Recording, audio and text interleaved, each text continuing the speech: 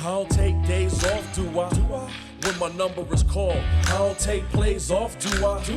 I'ma always give you 20 and 10, no matter how much you wanna pretend that I ain't clutch with it. What's up, everybody? Welcome to the Others Receiving Boats podcast, sponsored by Imgllo. I'm your host, Loren Woods, aka Big Lo. I got a lot to say because, and we're gonna find out later on, we got a special guest, a great guest, and I want everybody to really listen to what he's got to say, because he talks about, basketball and challenges in overseas basketball and life after basketball, which I think is the most important thing that a lot of guys and girls, I'm sure, don't really understand how critical it is for you to prepare for the life after basketball. And, just a personal story, when I first started out playing basketball, I didn't know I was going to play for 17 years, right? And even though I had a long, prosperous career, I played with guys who were way better than me, who only played 1 year or 5 years, and something like that. But even for me, I played for so long, that's all I knew. That's the only thing I knew was professional basketball, and like being on a regimented schedule every single day, practicing twice a day, knowing exactly when I was gonna eat, knowing exactly when I was gonna go sleep, knowing exactly all the free time that I had. Everything was scheduled for me, and it's been like that for me since I was about 15 years old, But once you get out in the real world, now I say real because playing basketball for a living is, playing a game for a living and getting paid for it, that's not really the real world. Once you get out in the real world, you have to be ready to really work and make sure that everything you do is in order. You got to do it yourself. You have to be the one to set that schedule. Like you go to work for 6 or 8 hours or whatever. And if you own your own business, you have to set your own hours, and you'd probably be working about 12 to 14 hours a day, when you first start a business and everything. But I remember when I first retired, I was so bored and I didn't know what to do. And, the degree that I had was for high school counseling, and, but for sure the degree that I got was way old and not relevant to today's times. I got my degree in 2001, and when I retired, it was 2017. And for sure, a lot of things had changed, 17 years later. But the reason that, I think that it's so important, because for me, when I retired, I didn't have any other skill set. I wasn't prepared to do anything else. I didn't have a plan in place fast enough or soon enough, so as soon as I retired, then I can roll right into that next job or right into that next career and hit the ground running. It took me a little bit of time. I finally did it. 3 years later, things are definitely moving, things are definitely rolling, but you just never know what can happen. So, like a lot of things you have to do, you got to make sure you be prepared. And I know we hear our parents say it all the time. We hear our coaches say it all the time. Be prepared just in case, right? And a lot of us don't want to have a plan B. And I agree with that. Don't have a plan B. Always have a plan A and go at that the hardest, but definitely know that plan A could change just like that. And once that happens, you definitely have to be ready. But, enough about me talking about things that happen in my life. Let's get to the show. I'm so happy to talk to our next guest, not only because he was a great basketball player that had a fantastic professional career, but also because the knowledge that he has for the life after basketball is something that every basketball player should hear. Everybody who's related to a basketball player, professionally or otherwise, or anybody who's even thinking about going into the sport, just knowing some of the things that he knows and that he's going to share will definitely put a lot of perspective on things that you need to prepare for throughout your basketball career. My guy, Erroyl Bing, welcome to the show. What's up, everybody? Loren, thanks for having me, man. Good to talk to you. Good to see you. Man, it's good to see you too, bro. And it's our pleasure to have you. Like I said, I'm going to let you talk about your career, and then we're going to get right into it, about all these other things. But, just tell us right now from the beginning of your basketball journey to the end, what was that story like? Oh, my gosh. Fat kid, middle school, all the way to my sophomore year in high school, about as athletic as a penny. I was in Largo, Florida. You remember Ron Hale, good friend. I kind of followed in his footsteps. He graduated. I came in as a freshman. Turned myself into a basketball player, worked my ass off. Right, lost some weight, grew a couple of inches, became a lot more athletic from Largo High School in Florida, East Carolina basketball. college, you know how college life is. I chose based on what I thought it was going to be as far as, hey, we're going to go play in Conference USA. We're going to play Louisville, Marquette, DePaul, and forgot the essence of why you're playing. It's to get better and to win, right? And I think as a high school senior who was really, really good in my area in the state of Florida and in the Southeast, I thought that I would just be able to walk into a basketball program, lead the rest of the guys who are older and do all these things, get over the personalities and move forward.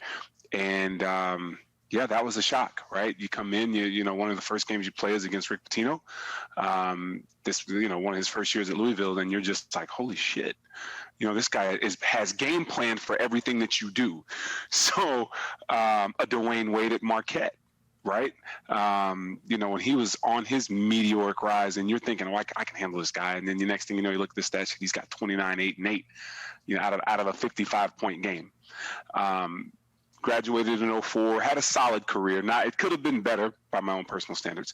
Solid career, and then I started my journey overseas, which is really what we're here to talk about, right? My first year, I was supposed to sign in Turkey. Mid-level team, first division Turkey, and then decent money, probably $60,000 for a guy coming out of college, right? If you're not a high level, you're a big guy, so you came out probably killing it, as where I'm a tweener at 6'7", 245, 50 pounds. I'm going to get 50 to 60, right? Okay, not a bad number. I tore my meniscus working out in the summertime. So I ended up missing that contract, getting healthy, and ended up in First Division Austria. Now, for those who aren't familiar with First Division Austria, they have some solid players, right? They played in the Euro Cup Challenge and things like that. But when you start falling down that ladder just to get your foot in the door, you start to get into some interesting places. And my first city was Mattersburg. Now, shout out to Mike Coffin. He's turned that place into a great place. But in 2005, right, pre-iPhone, pre-huge internet thing, pre all of this social media that makes the world smaller, I was in a village of, let's call it 1,000 people. And it was me. I was the only black guy at first, right, for as far as the eye can see. And it was rough. It was ugly. It was cold. Nobody spoke the language. I didn't have a laptop. I didn't have the accoutrements, the things that make life simple. Back then I had a portable DVD player. Remember those little portable DVD players? Yep. With the 6-hour battery? Yep. And I had eight DVDs.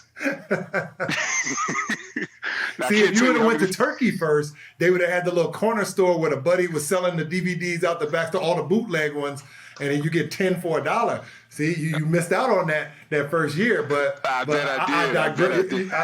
get off topic. Go ahead.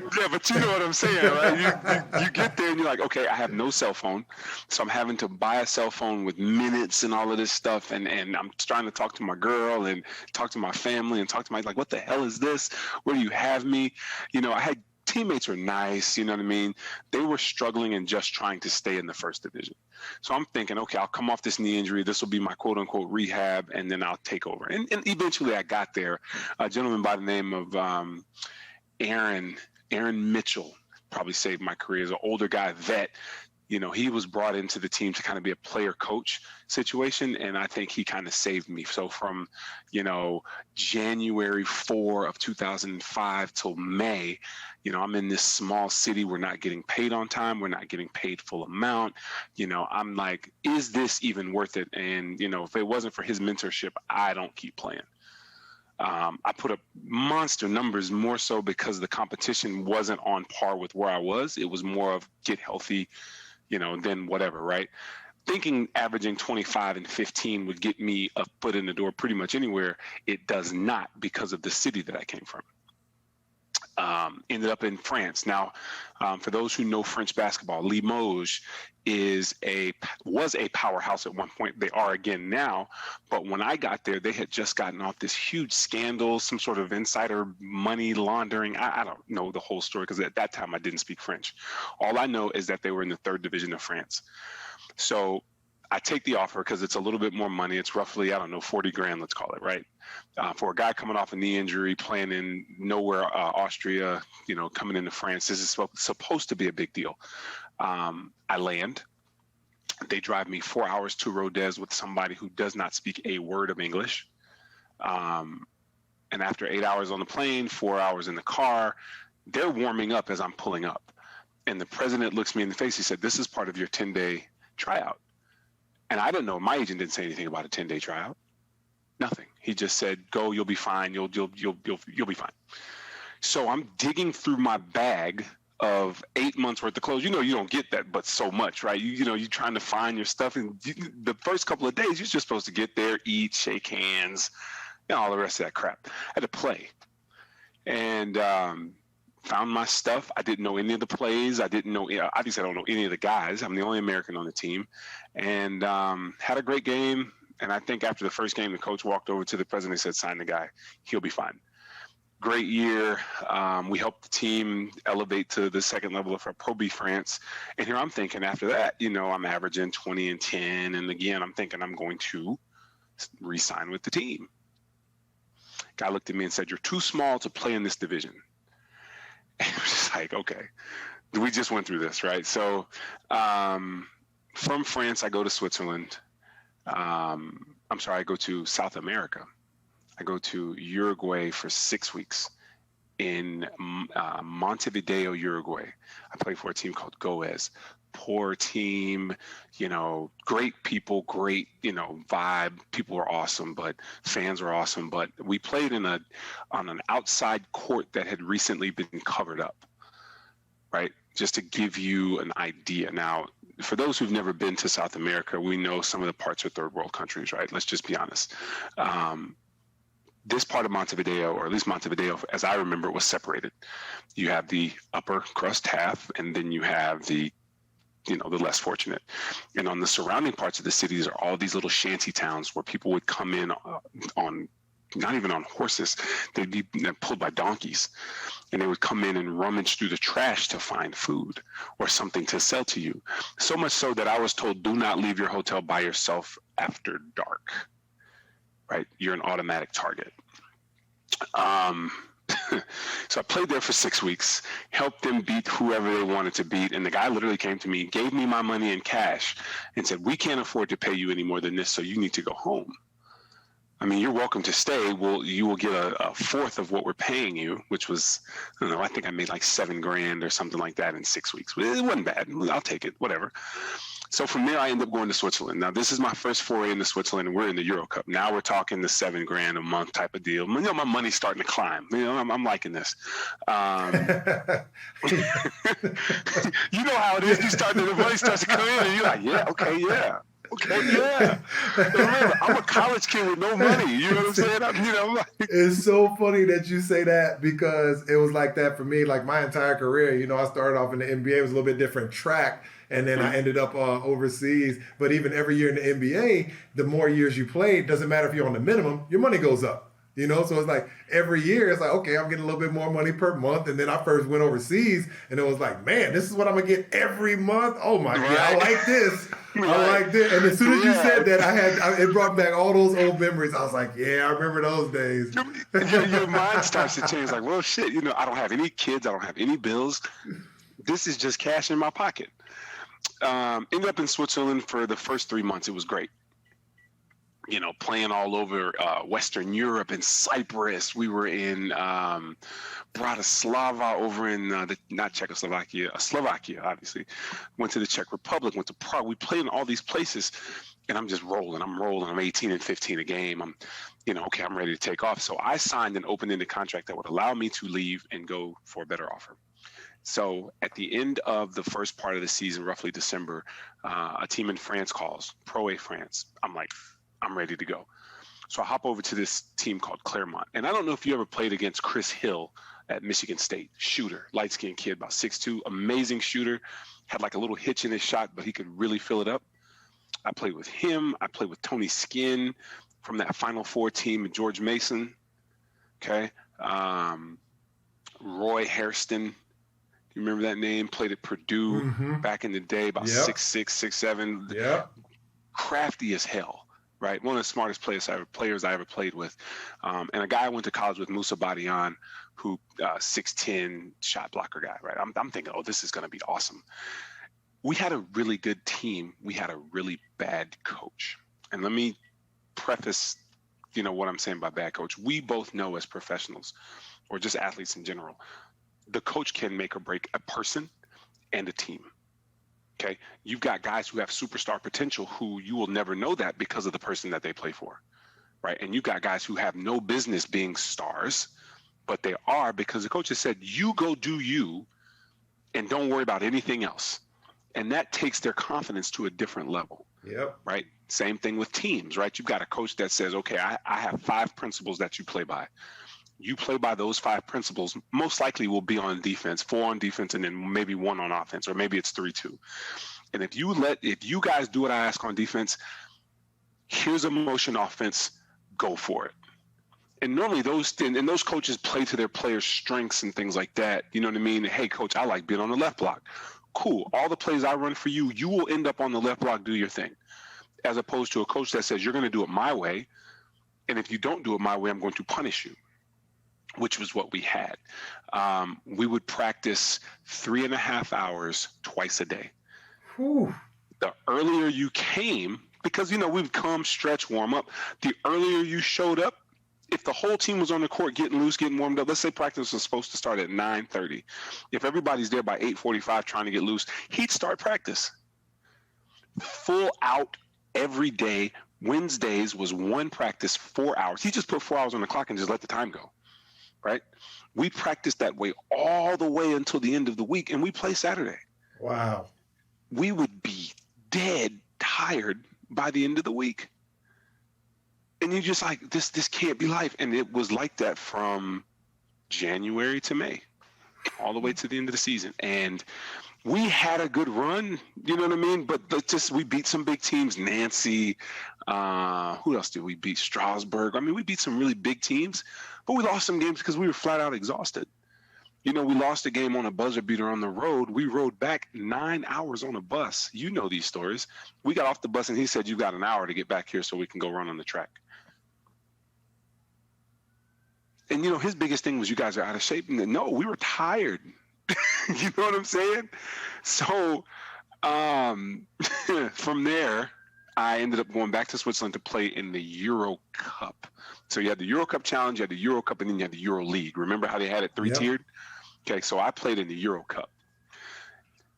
Going to Switzerland that year, you're talking, I went to Indiana and worked out with those guys, with Steve. You remember Steve and Joey? Yep. So I was up in Indiana working out with those guys, going at Danny Granger back when he was still doing really well and things like that. Had a really just thought that I had put myself in a certain position, right? So anyway, so we come into Switzerland, now we're talking 9, and we're starting to make some, we're getting to that 6, getting close to that 6-figure range with bonuses and stuff. So I'm like, okay, all right, here we go.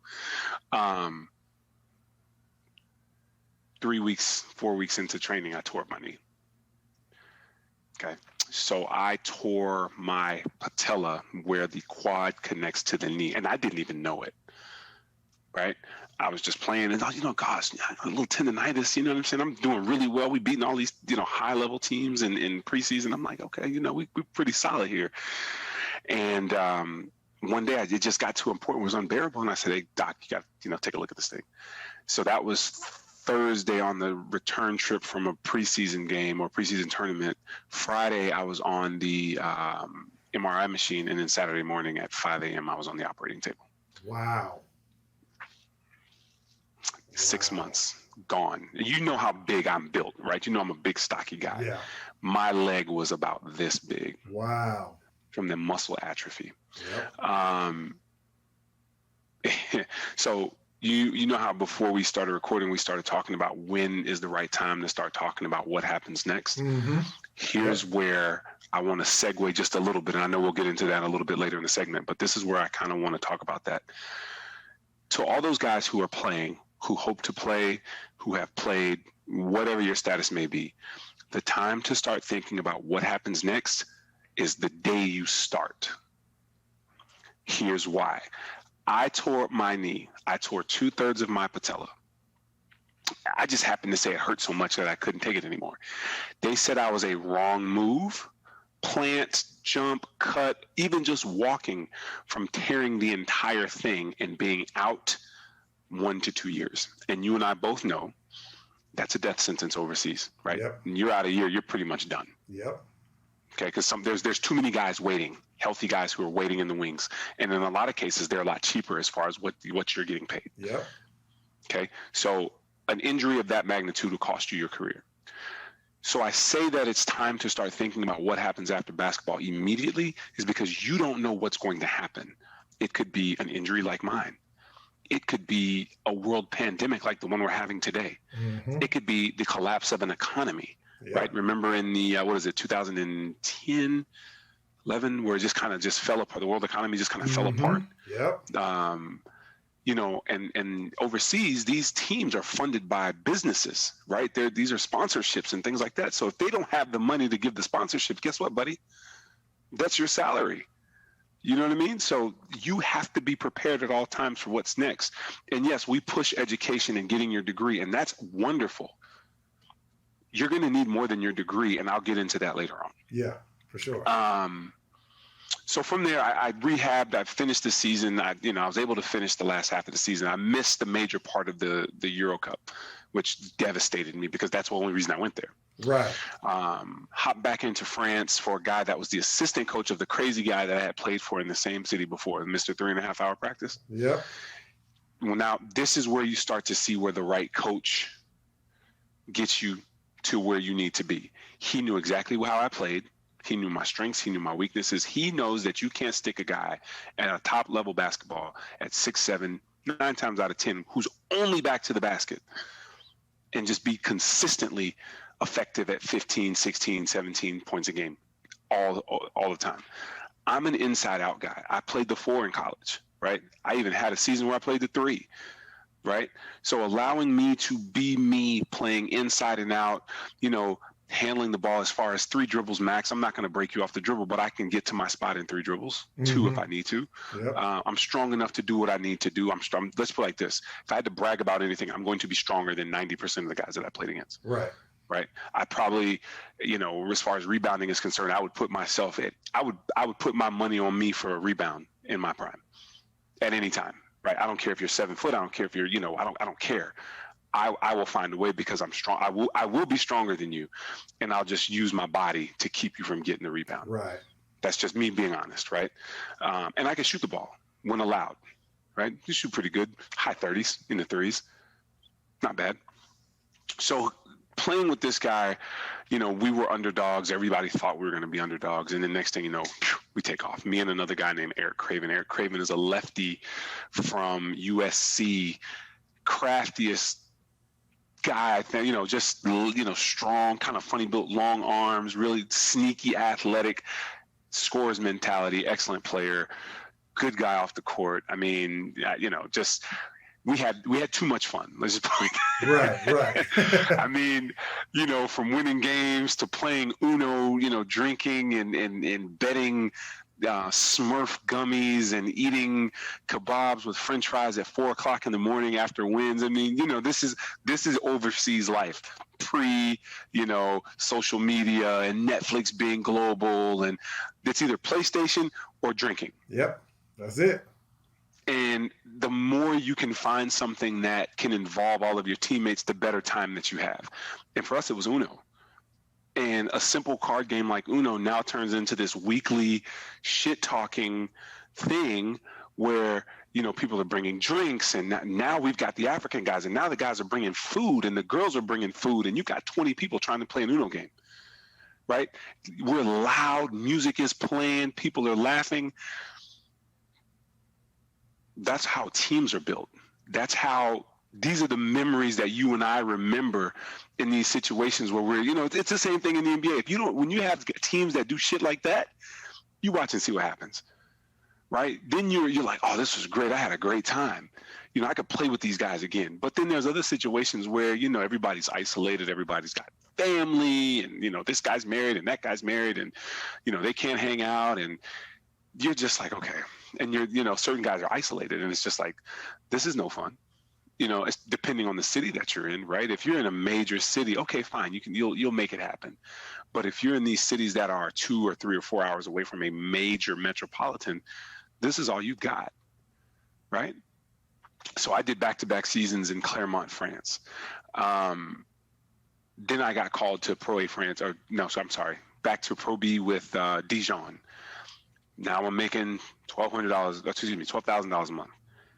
Now I'm happy. I'm getting this money. I'm okay. I'm doing it. I'm really, really getting it. I think I probably end up with 130 because we got the bonus at the end, 140, something like that. I'm really thinking I'm doing it right. Okay. A series of events happens that changes people's trajectory as far as their basketball path and the way they think about the game, right? Major milestone in your life, like a family, a kid, an injury, maybe it's a death, maybe it's a coach, maybe it's a global phenomenon like the pandemic or, economic collapse. A couple of things happened that year. I came into the camp in the best shape of my life. Another summer out there with Stevie in Indiana playing, and, I'm down, I'm below college weight. I'm 240, I'm running all over the place. I'm thinking I am this close to making that leap to where I really want to be. Right. I refined my handles a little bit, locked down the mid-range game. I can defend 3 positions now. I can defend 3, 4, 5. Hell, I can switch out on a 2-4 possession if you need me to. Now, I'm not saying that I'm going to lock this person down, but I can make the shot difficult. Like PJ Tucker before PJ Tucker. Yeah, but he definitely had a better 3-ball than me. But you're right on the money. Yeah. But honestly, I was feeling that confident about myself that I thought that I was the right summer away from being at least brought into a camp. As far as a legit shot. That summer, I know you and I got to. That's another story. Yeah, but I remember working. Maybe a different podcast. Yeah, it's a different podcast. But I remember working out with Ron, and we all know how fast and athletic Ron is, right? Right. I blew past Ron, and off of 2 dribbles and a hop step, with him on my right shoulder, I just jumped up with my left hand and hook dunked it on him like it was nothing. And I'm like, okay, because I always looked at him as the standard from my area. Right. I'm here now. And I said, I'm here now. Yeah. And I could manhandle. I manhandle guys as far as playing, some of the Indiana guys. And Danny Granger was a far, God bless him. If he didn't have any knee problems, he would have been one of the greats, right? Physically could not handle, because I was just bigger, I'm bigger and stronger. Yep. Gabe, Joey, and Stevie Graham, and you know how big and strong those guys. I gave them, we were all on the same team, but when we play one-on-one and things like that, just give them hell just because of physical strength. Right.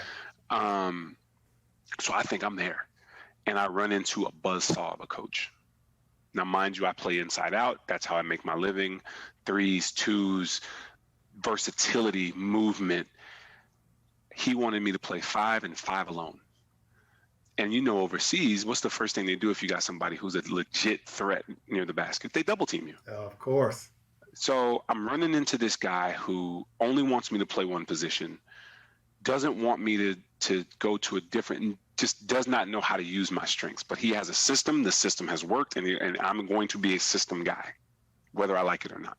Money's good. Whatever. I'll play it. We'll win. We'll move up. I'll get more. Cool. Worst decision of my life. Hated it. Loved the teammates. Hated the system. He and I almost came to blows one game after the game, because on film, and we watched the film together afterwards, I pointed out 4 opportunities that I had legitimately one-on-one to score. And he, for all his yelling and blustering, he lost the argument, but because he's the coach, he couldn't lose the argument. You know what I mean? Well, you're not working hard enough, or maybe you're not that good, or maybe you're a pussy, or whatever it is. And we had to be separated. So from that point, I was like, fuck this, right? So there's scenario number 2, where you need to be ready for what's next in basketball. Because you will run into coaches like that who will make you question, I can go the fuck home and I can do something else. And you need to have that backup so that you can say, yes, I'm going the fuck home. Okay, so there's that. That same season, there was the NBA lockout. So that summer, despite we came in second place, we got the team to Pro A. That summer, the NBA lockout, shitty coach who hated me, and I did not like him either, right? And then the economic collapse, all in one summer. So remember that year that salaries just got just slashed? Yep. That was that summer.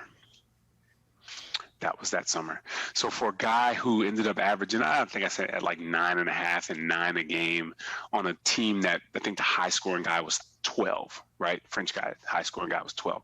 We played in the 50s and 60s. You know, we were not allowed to give up more than X amount of points, or there was X consequences in different, you know, practices and stuff like that. Hell, every time we lost, we had to run 7 kilometers around the lake. Okay, and then go shoot free throws or whatever, right? We practiced, like we went at it. And so with that crazy summer, the coach, slight blackballing, because it was known that I got in his face. And you know me, I'm not that type of a guy, right? You really, really, really have to cross the line. And at that point in my career, I had learned French. You know, I could speak fairly well. I understood more than I let on, but I could speak it. You know what I mean? And I caught what he said, and he didn't think I caught it.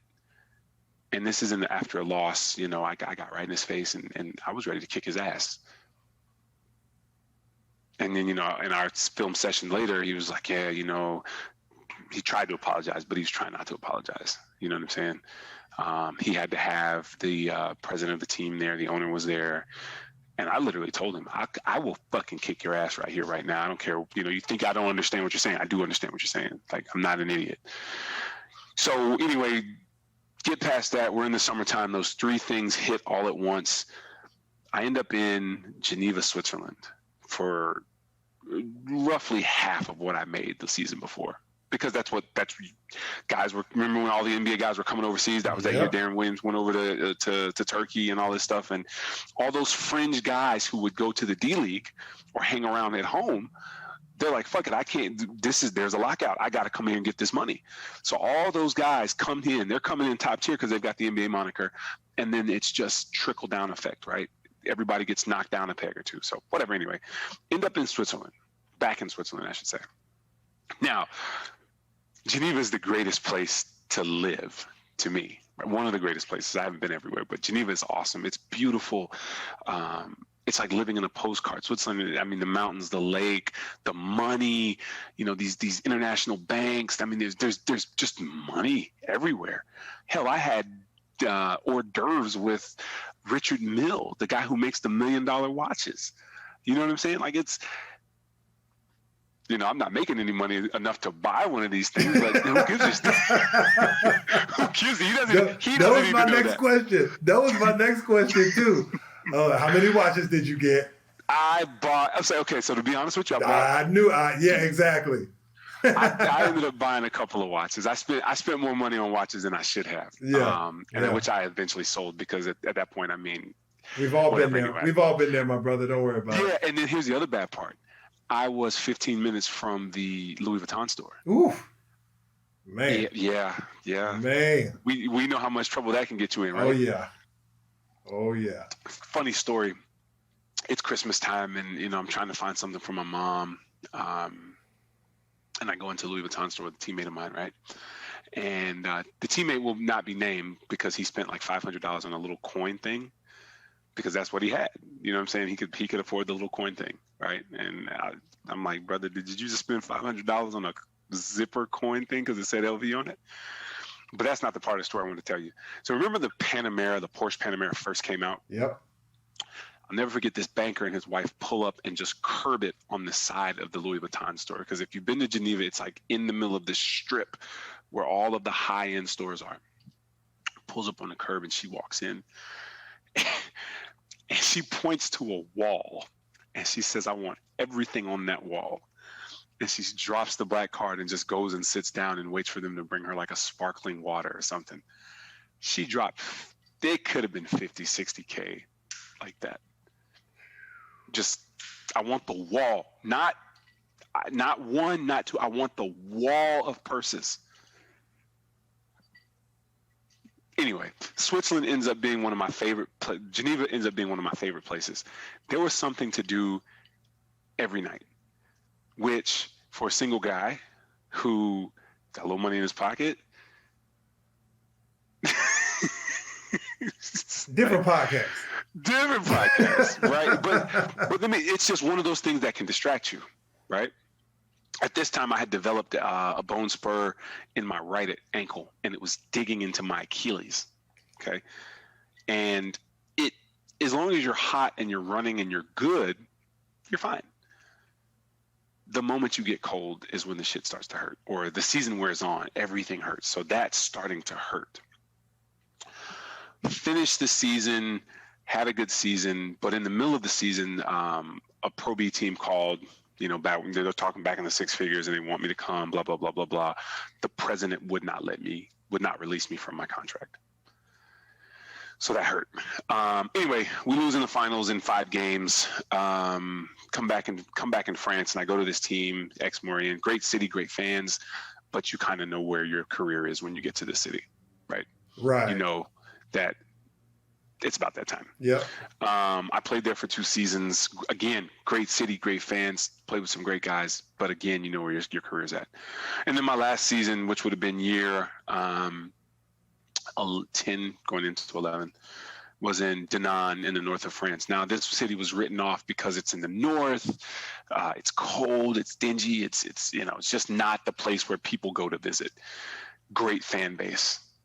I ended up playing for this guy, John Christopher. I can't think. JC. I can't think of his last name. Anyway, he was an assistant coach to one of the EuroLeague champions in Turkey. So this guy knows his shit. Okay. I played with a guy named Jeb Ivey, who had a 15-year career, just amazing point guard, 3-point shooter. Went to Portland State. White dude, he could fill it up. And just a dog. You know what I'm saying? Maybe not the most athletic, definitely one of the headiest, most grittiest, just flat dog on the court. You know what I mean? He loved the game. Still, I mean, he would cry if we lost, and that's not to jab at him. It's just to show how much he cared, right? And I played with a young gun who's still playing, Austin Hollins, Minnesota product, Lionel Hollins' son. Okay, side note, my dad and Lionel Hollins went to college together. Cool. So I kind of took him under my wing as my rookie, but he's having a phenomenal career. He's in Russia, so you know what kind of money they make in Russia. Exactly. And I'm not going to get into that man's pockets. But the boy could play. He was kind of shy coming out of his shell. And then finally, towards the end of the season, he kind of got going. Played with Sasha Jifa, French guy who was on the national team, about my size, stocky, but could shoot it, really heady player. But anyway, we turned a team that had no business competing into a championship caliber team. Wow. Right? Coaching. I mean, we've got Will Howard, Frenchman, American father. He's been in camp with the Rockets, Utah. He's under contract with one of those guys. He was on somebody's D-League team. I think it was Utah's D-League team. Yakuba Ouattara, who was with New Jersey off and on for a little bit now. He's in the EuroLeague. He's on the French national team.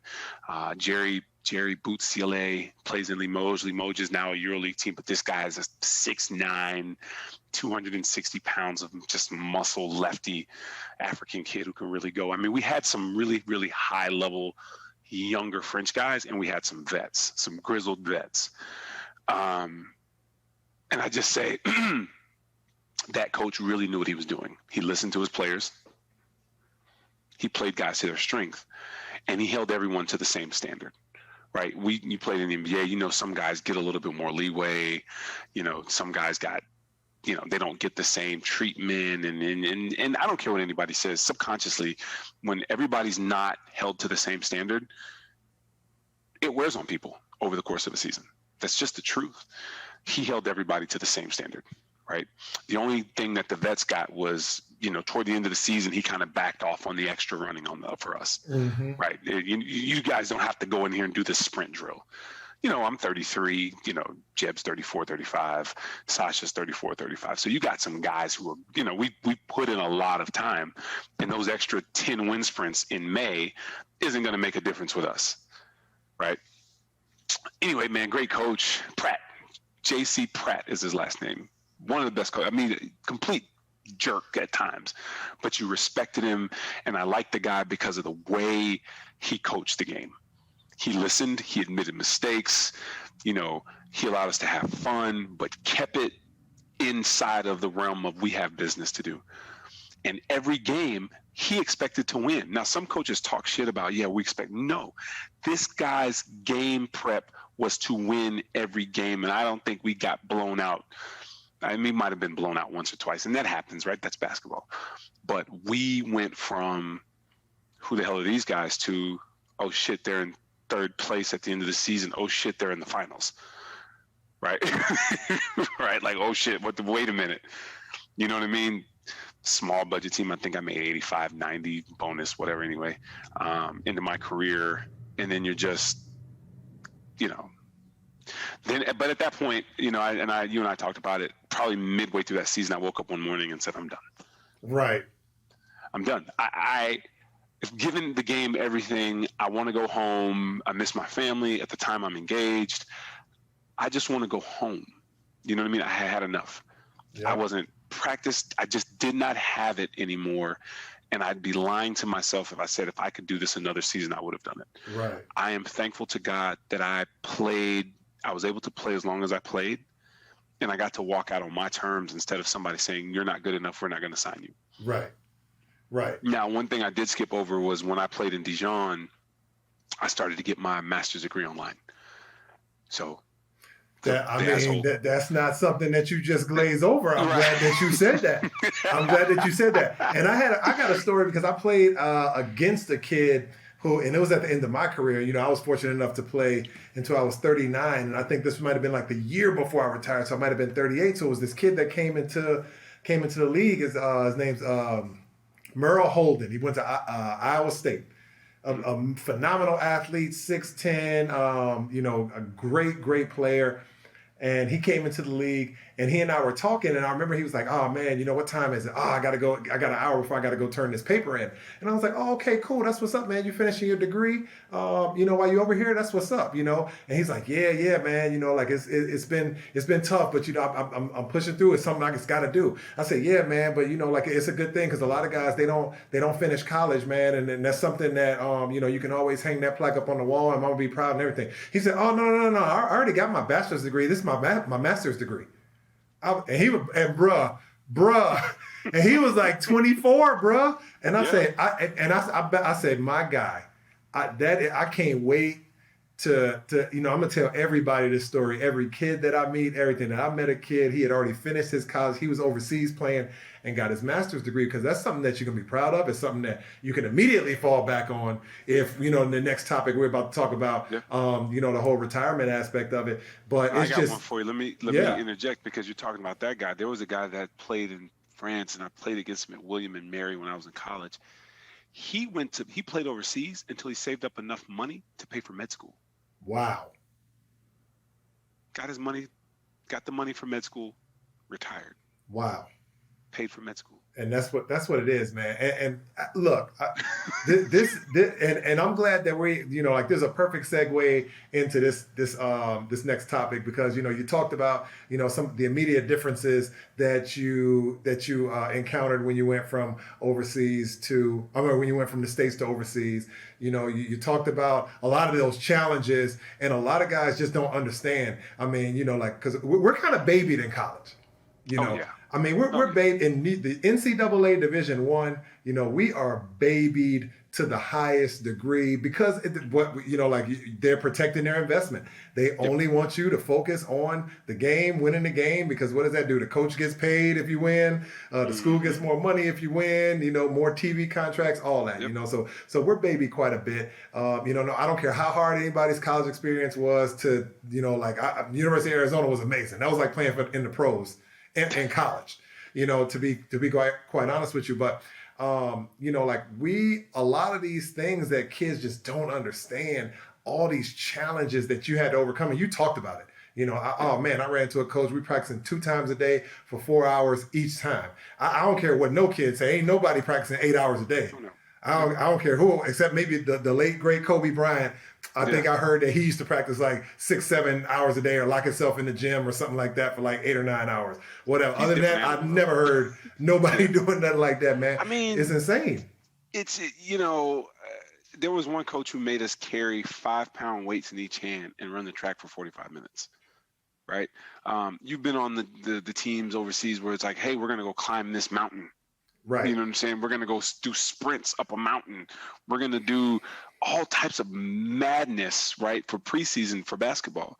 And that's just the preseason portion of it, right? We're talking about just getting ready. The 3.5-hour practices. What about the bus rides? Right. right? Not every team's gonna. In fact, no team in France flew everywhere when I played. Not every single game. Why? Why fly when you can take the 6-hour bus and save the team money? Yep. So they get you a nice bus that has beds in it, and you bring your iPad and whatever. When the iPads came out, Yep. right? Remember, iPhones and all that stuff. That's what. That's late. It wasn't when we first started playing. Right. That's mid to late part of our career, right? Yep. I would say, outside of the COVID situation, I would say the average person playing overseas now has it easy as far as staying connected to the family. Oh, for sure, 100%. No matter where you are. I don't care where you are in the world. Exactly. 100%. And social media has made Western living not such a foreign concept. So like when we would go, people were like, why do you have your big headphones or, whatever your style is or however you act. Now people emulate what we do, speak more English and whatever. Anyway, that's just the outside part of it. What about cooking? I didn't know how to cook when I first got there. I can make some basic things. Yep. You can't eat McDonald's every day, right? Sure. I remember exactly. But if you don't know how to cook and that's what you see, what are you going to eat? McDonald's every day. Exactly. Yep. Funny story. So my first year in France, second year playing, I remember, we were sponsored by McDonald's. McDonald's was right across the street from the gym. And we were going to leave early for a game. And okay, I'm excited because like, shit, about to get up. I'm going to go get me a sausage biscuit. I'm going to be there early. I'm going to get my sausage biscuit and my hash brown. And I'm going to be on the bus ready to roll. Pull up to McDonald's. And I am scanning the menu for the breakfast. And I say, sausage biscuit. And the lady spoke English. She's like, oh, no. Hamburger, donut, coffee. That's it, bro. At 6 in the morning. That's it, bro. Just threw me off. Breakfast at McDonald's is an American thing, dude. Somebody you didn't know we was eating chicken hyped. nuggets and fries. At 10. No. Yeah, I was hype. I was so hype, and then so I got a hamburger, and I'm just like, I'm eating a fucking hamburger. Hamburger and donut, bro. That was awful. But, and then just understanding how to play their game, right? There's a language barrier in certain areas. Yep. You know what I mean? Yep. There's the expectation of constant movement from our isolation days. Now, the game has obviously changed. Yeah. In college basketball and in the NBA, there's more movement. But remember, when we played, it was isolation. Yep. You get a mismatch on the big, you dumping that in, and he going to work. Yep. There's some movement on the backside, but there's not all this pick and roll, pick and pop, pick and roll, pick and pop. Exactly. They taught me that I was doing the pick and roll where you pick and then you drop that inside foot and roll with your back. No, it's pick and sprint. Yep. As opposed to it, like that was a big change for me. Picking and popping more. Yes. The 4 is more of the 4 and the 1 have to pretty much be the same person without the 4 handling the ball as much. Exactly. That was new to me. The referees, remember they had the trapezoid shaped thing, the goaltending, and it's a lot of it's a lot of adjustments, man. And you're right, we're babied. Now you're getting paid. They don't care. Adjust or get cut. Yep. That's what it is. That's what it is, man. But yeah, and we were talking about, that day where you said, I'm done. It's a wrap.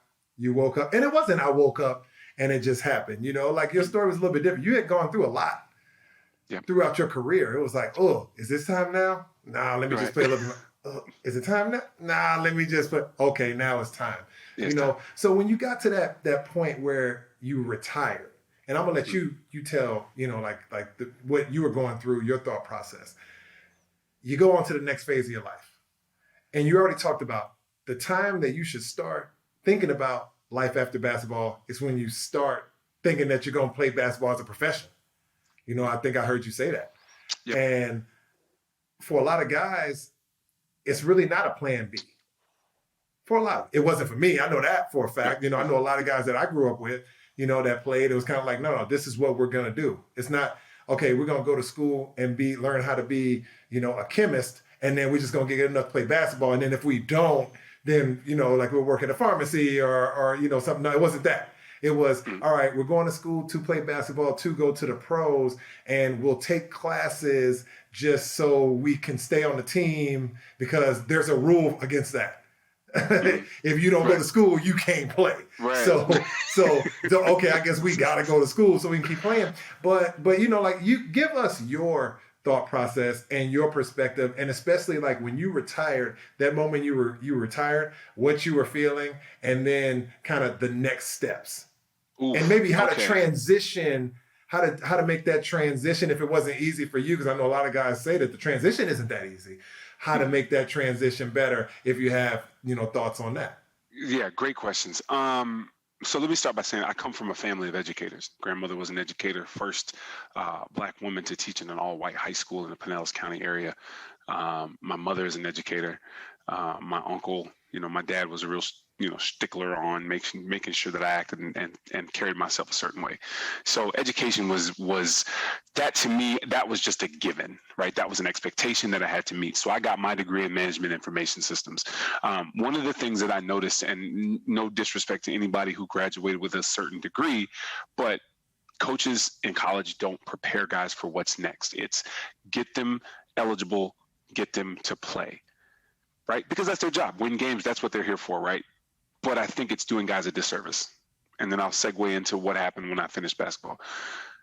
Making sure that you get a degree in something that has value, is more important than just getting a degree, right? Especially if somebody's going to pay for your college, right? If you have no intentions on being a broadcaster or anything like that, stay away from communications, guys. This is no rip to anybody who has one. This is just the truth of being in the world today. Or if you can't talk. If you can't talk. Exactly, right? If you can't get up in front of a group of people and have a conversation and write out sentences and do these things, don't get a degree in something that you have no business or any future aspirations of following. There are some people who are going to be Stephen A. Smiths and Maria Taylors and all these. They're going to be those people. Go for it. If that's not you, get something broad like a business degree that can apply to multiple things, right?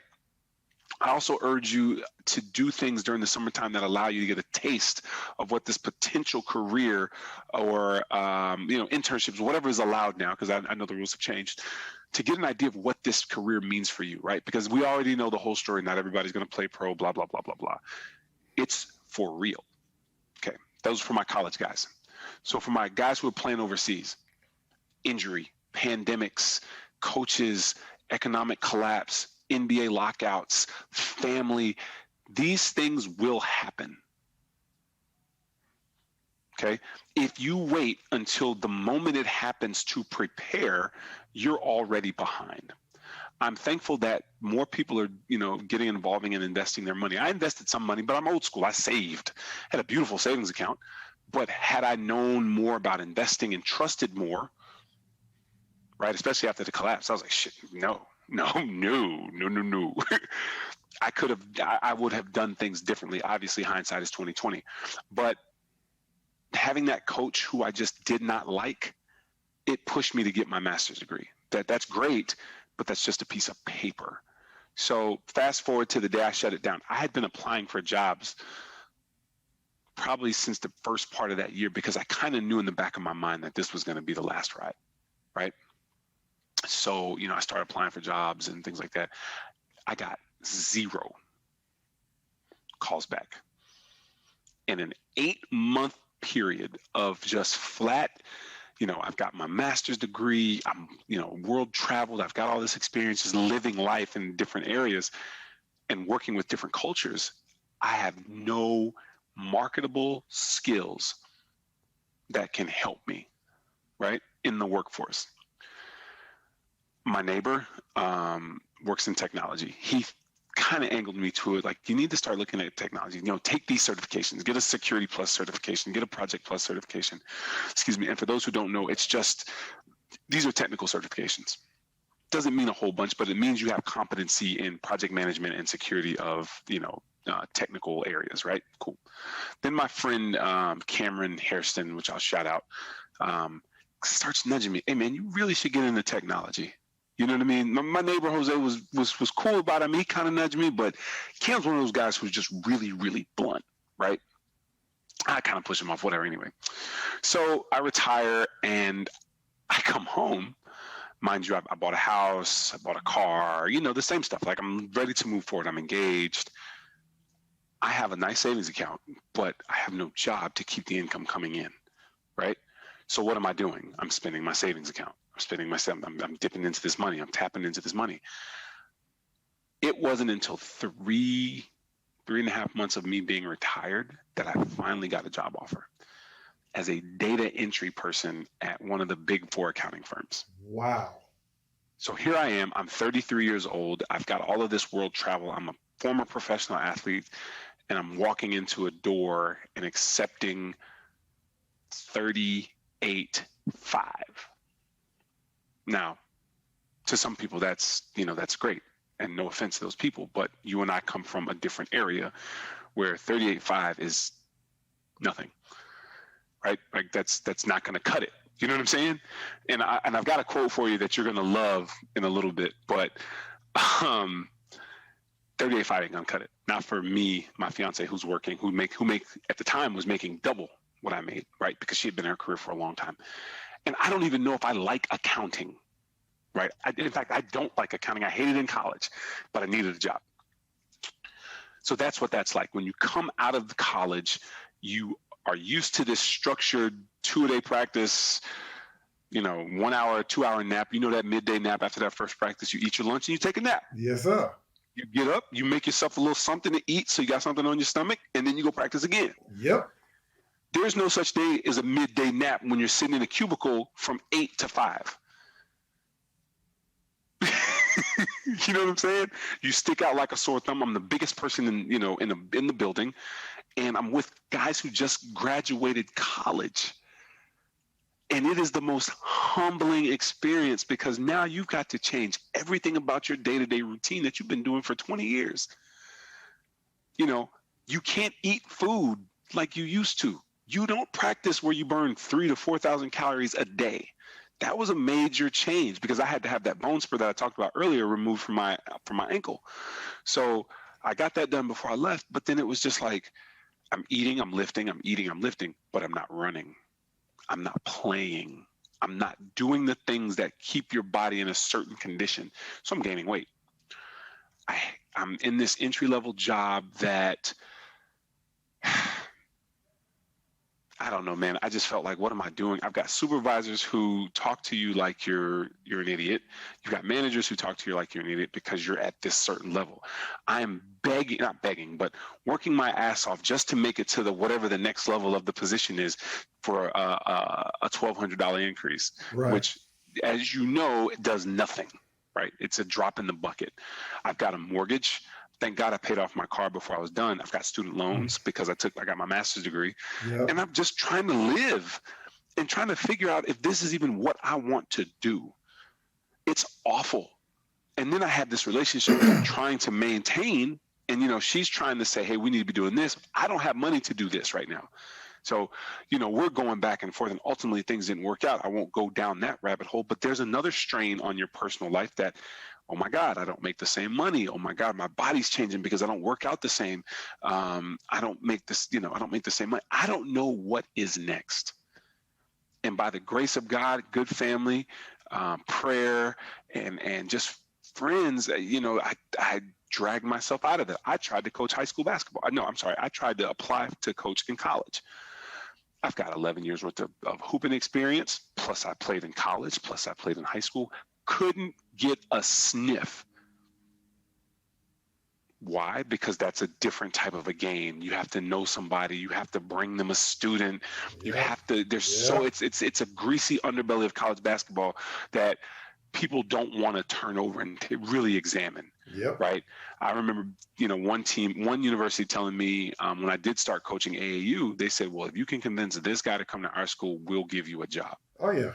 What if this guy doesn't like this school? I'm not going to take a sick kid game. that it's sick. It's a sick I know game. this kid. Yep. I know this kid's dad. This kid's dad is trusting me, right? I played high school ball with this kid's dad. If he doesn't like this school and I drag them to his school and I get the job, that kid's going to look at me like, well, I'm here because of you. Yep. I'm not, I would never do that to a kid, right? Never do it. Never was able to get my foot in the door for college basketball. So I tried my shot at being an NBA video coordinator. minimal skill set, whatever, right? Just get in the door, get out of corporate America. I remember a friend of mine helping me out, and he slid me the NBA Red Book and literally had all the email addresses. And I sent out in a 3-month span, roughly 700 emails with my playing resume. I probably got 15 to 20 responses. I'm gonna just shout out Coach Popovich if he ever listens to this podcast. He responded personally, right? Hey man, this is who you need to talk to. Blah blah blah blah blah. R.C. Buford. I heard he was a great guy though. I never really talked to him in person. Yeah, like I heard they're like great guys. Yeah, I mean the fact that he saw my email, some random guy sending a random email saying, "Hey, can you give me a shot? Hey, can you just take a look?" To the guy Scott Brooks, some of the guys in Charlotte. Some of the guys. He's a great guy. I know him. Yeah, Malik Rose. Josh Longstaff. Yep. I'm leaving some guys out, man. David, I can't think of his last name, but he was with Washington for a while. Ryan Richmond, all that guy. David was a great guy, and I can't think of his last name to save my life. But these guys responded to me, and even if it was nothing, right, it gave me some sort of hope. Yep. So I started coaching high school basketball. A guy named Dave Thorpe from our area, great dude. Player development. David Thorpe, Yep. You know Thorpe. Yeah, what we're talking about. You know Thorpe. Yeah. He kind of helped me push things along a little bit, and got a couple of interviews, and Frank Vogel. Frank Vogel brought me up to Orlando. What's up, man? And you couldn't have told me I didn't get that job. And then the hurricane hit. Remember that hurricane hit Orlando? Yep. It just washed. When I say it washed away, not only the opportunity, it just washed away everything because everybody was in panic about something else. Right. And they ended up one of the draft picks' cousins called, and the best they could offer me was a swinging internship that was, it was $16 an hour for 70-hour weeks, and that ain't what's really good, man. That ain't what's really good. Yeah. No. So. A couple other guys in Atlanta. Well, they weren't in Atlanta at the time, but anyway, some of these guys, they gave me the time of day, which gave me some sort of hope. Right. All the while, my friend Cam is in my ear, dude. What are you really doing? What are you really doing? What are you really doing? Like, what are you doing? This is where you need to kind of take a look at. And I'm thinking, man, let's leave me alone. You know what I'm saying? And then finally, he looks at me in the eye and says, "You're too big to be broke." Now, for guys who aren't our size, that might not mean anything, but you especially, you're a 7-footer. Our clothes cost more. Our cars cost more. Our beds are the day-to-day things that we do cost more money, right? It just is what it is. I wear a 15 or a 16. Those shoes, you're going to have to pay full price, right? Every once in a while, you'll be able to find stuff on sale. Suits have to be custom made. Yeah.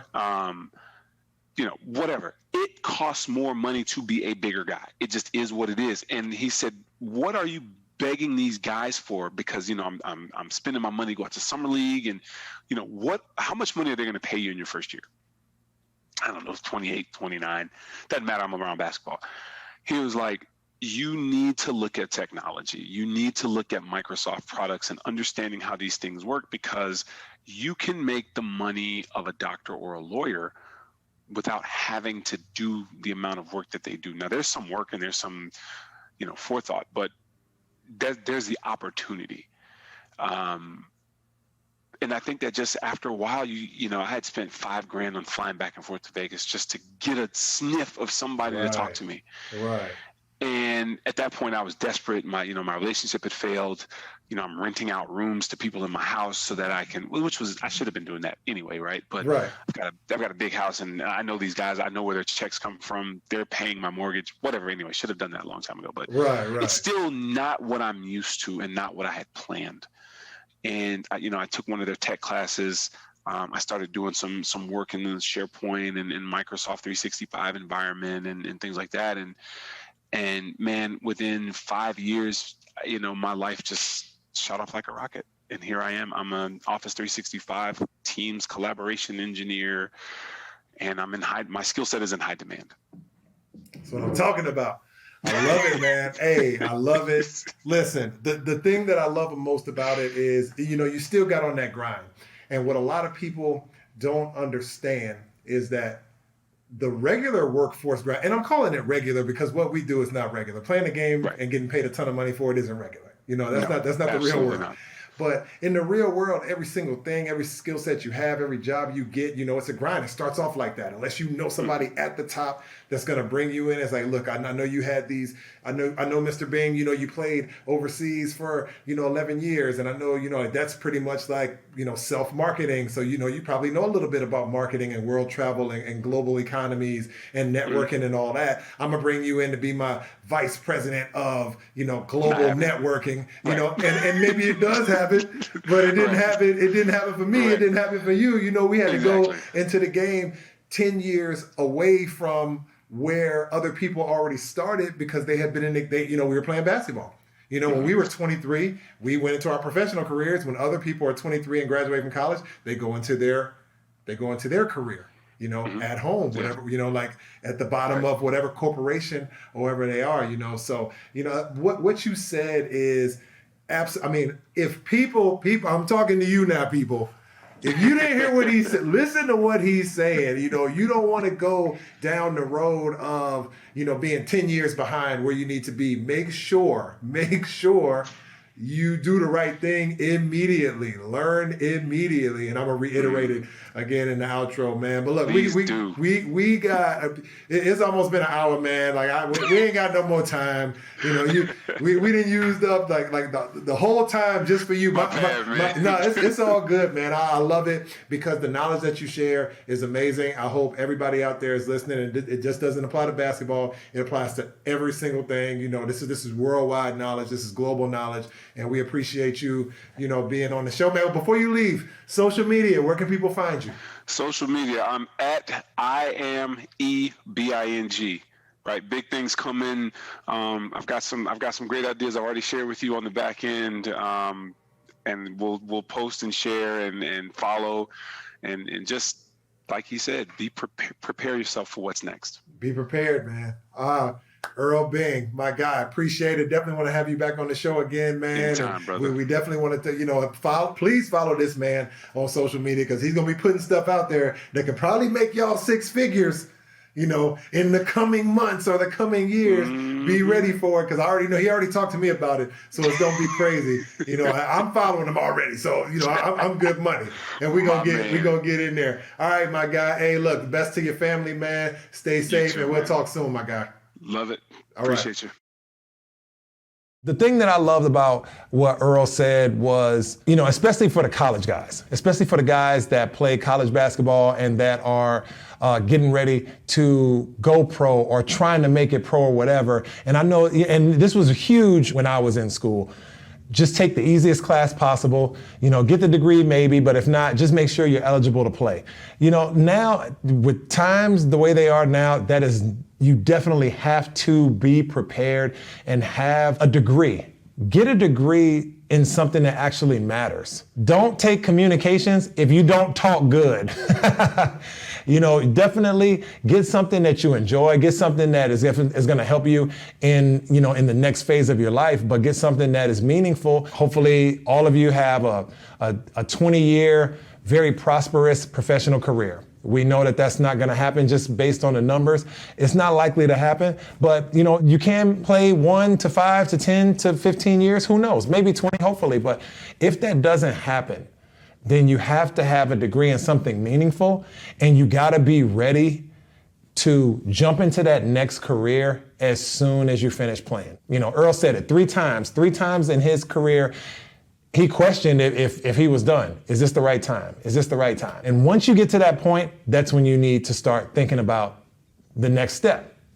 Obviously you focus most important on your basketball career, but if you don't, then, it'll be a little bit tougher for you when you get to the time of retirement, which I hope for most of you is way later in your career than sooner. But, the longer you play, the more out of touch you're going to be with the regular, the regular careers or the regular societies. And most people have already been in their careers for 5, 10, 15 years, and you'll be behind.